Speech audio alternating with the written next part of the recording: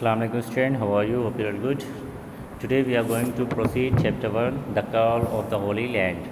इसमें हम सुल्तान Salauddin Ayyubi के बारे में पढ़ रहे थे। सुल्तान सलाउद्दीन अय्यूबी स्टार्टिंग लाइफ में अपने एक स्पॉइल्ड यंग मैन थे जो गलत कामों में मुब्तला थे। उन्हें दुनिया के कामकाज से अफेयर से कोई वास्ता ही नहीं था, लेकिन टाइम गुजरती गई और अल्लाह ताला ने उन्हें गाइड किया, सीधा रास्ता दिखाया और उनकी जो ज़िंदगी पूरी तरीके से चेंज हो चुकी है। अब देखते हैं वो फ़लस्तीन के लिए या होली लैंड के लिए क्या काम करते हैं। आइए स्टोरी को प्रोसीड करते हैं। His full name was Malikun Nasir Sultan Yusuf Salahuddin Ayyubi.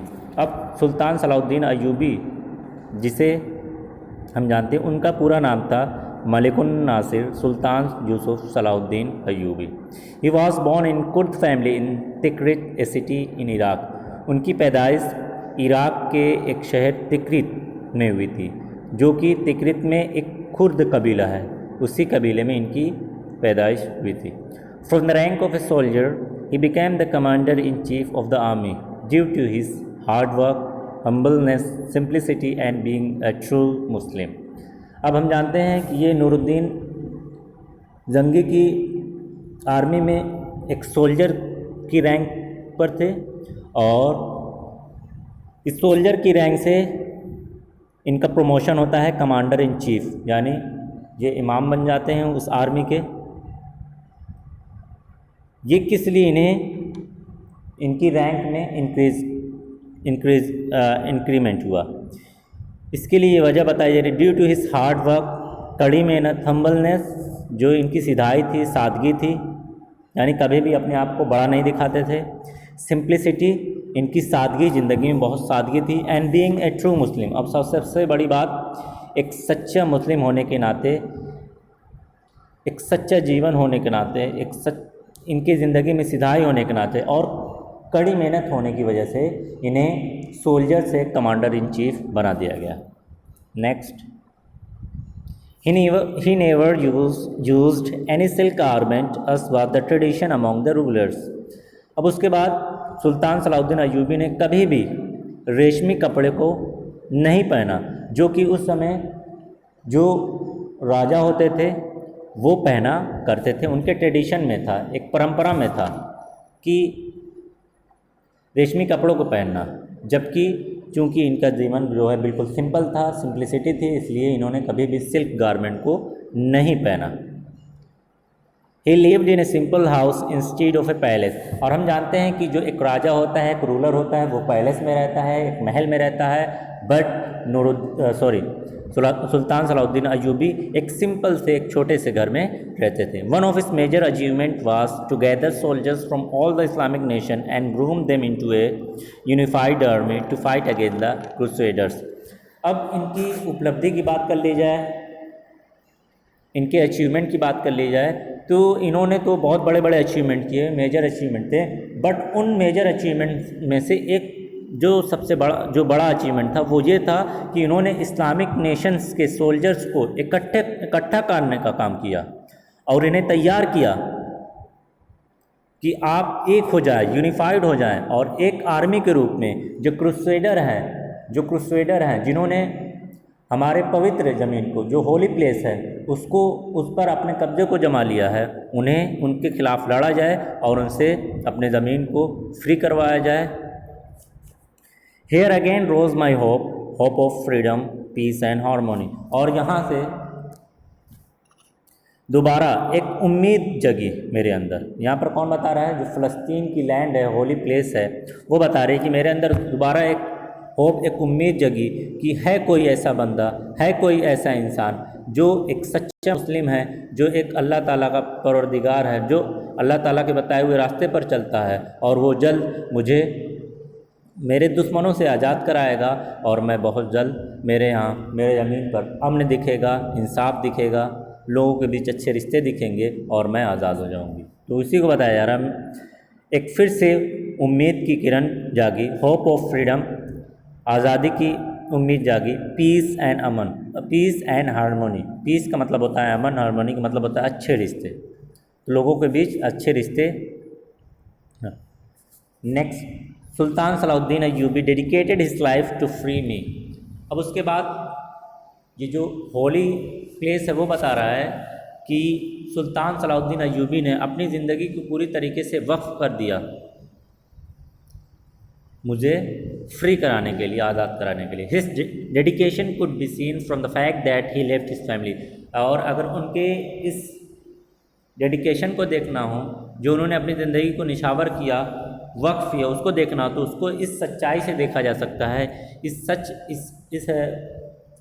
तथ्य की सच्चाई से देखा जा सकता है कि उन्होंने अपनी फैमिली को छोड़ दिया, अपने देश को छोड़ दिया, और जो अपना सुख और आराम था, कंफर्ट था, उसको भी पूरी तरीके से छोड़ दिया। केवल किस लिए? केवल मुझे आज़ाद कराने के लिए। कौन कह रहा है? ये फ़लस्तीन का लैंड का, फ़लस्तीन ये जो होली लैंड है वो अपनी कहानी बयां कर रहा है। His heart mind and soul were completely engrossed to free me. उनका जो दिल था, उनका दिमाग था, और जो उनकी आत्मा थी या ये कह लें रूह थी, वो पूरी तरीके से लीन थी, पूरी तरीके से लगी हुई थी कि कैसे मुझे आज़ाद कराया जाए। ही spent everything he had for this cause. और मुझे आज़ाद कराने के लिए उनके पास जो कुछ भी था या जो कुछ भी वो कर सकते थे, उन्होंने सब कुछ मेरे लिए कुर्बान किया, मेरे लिए खर्च किया। नेक्स्ट पेज पर आते हैं।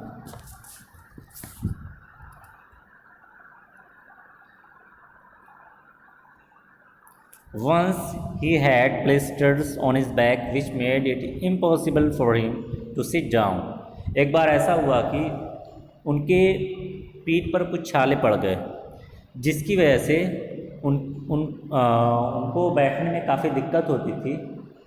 But he never neglected his work toward me which shows his passion and love for me. But उस छाले की वजह से, उस तकलीफ़ की वजह से कभी भी उन्होंने जो एक डेडिकेशन किया था मुझे आज़ाद कराने का, उस काम को कभी भी नज़रअंदाज नहीं किया, या उस काम से कभी भी पीछे नहीं भागे। ये दिखाता है कि मुझे आज़ाद कराने के लिए उनमें कितना ज़्यादा जुनून था, मेरे लिए उनमें कितनी ज़्यादा मोहब्बत थी, कितना ज़्यादा प्यार भरा हुआ था। He even sacrificed food to the extent that he ate a few bites in 3 days or survived on juices during combats. यहाँ तक कि उन्होंने अपने खाने को भी कुर्बान कर दिया। कैसे? कि उन्होंने 3 दिनों में, जब लड़ाई चल रही थी क्रूसेडर्स के बीच, तो उन्होंने 3 दिन में कुछ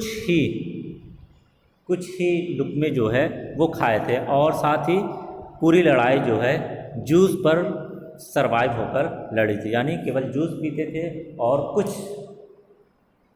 खाने खाकर उन्होंने 3 दिन तक पूरी लड़ाई लड़ी। वो इसलिए ताकि वो मुझे आज़ाद देखना चाहते थे, मुझे आज़ाद कराना चाहते थे। वो मुझसे इतनी ज़्यादा प्यार मोहब्बत करते थे और मुझे आज़ाद कराने के लिए उनमें इतना जुनून था।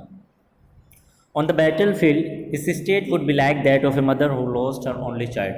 और लड़ाई के मैदान में, बैटल फील्ड में, अगर उनके स्टेट की बात की जाए, उनकी हालत की बात की जाए, तो उनकी हालत एक ऐसे माँ की तरह थी जिसे हम समझ सकते हैं जिसका केवल एक अकेला बेटा था जो गुम हो चुका था। और हम जानते हैं जब कोई माँ होती है जिसका केवल एक अकेला बेटा हो और जब गुम हो जाता है, तो हम जानते हैं वो माँ कितना परेशान होती है, कितना ज़्यादा उस अपने बेटों को याद करती है और उसको पाने की कोशिश में हर एक काम करती है और बिल्कुल बेचैनी से उसको हासिल करने का इंतज़ार करती है। तो ठीक इसी तरीके से ये जो सुल्तान सलाउद्दीन अय्यूबी थे, मुझे पाने के लिए वो अपनी तरफ से जो भी कर सकते थे वो कर रहे थे। उन्होंने अपनी पूरी ज़िंदगी मुझे आज़ाद कराने के लिए कुर्बान कर दी। He used to run across the rows of warriors and cry for help, help Islam, help Islam. He believed that Allah has chosen him to free फ़लस्तीन। अब क्या हुआ, जब बैटल फील्ड होती तो उसमें क्या करते, वो जो वॉरियर्स, जो लड़ाकू थे, जो उनकी एक रोज़ बनी हुई थी, जो एक कतार बनी हुई थी, उस पूरी कतार पर कभी आगे की तरफ दौड़ते हुए जाते, कभी पीछे की तरफ दौड़ते हुए आते, और यही केवल एक चीख निकलती उनके मुँह से, हेल्प, मदद कीजिए इस्लाम की, इस्लाम की मदद कीजिए। ये दिखाता है कि वो कितना अल्लाह ताला में यकीन रखते थे और ये मानते थे कि अल्लाह ताला ने उन्हें चुना है ताकि वो इस पवित्र स्थान, होली सिटी, होली प्लेस को क्रूसेडर से आज़ाद करा सकें, उसे फ्री कर सकें। तो आज क्लास को हम लोग यहीं पर टर्मिनेट करते हैं। ओके, अस्सलाम वालेकुम।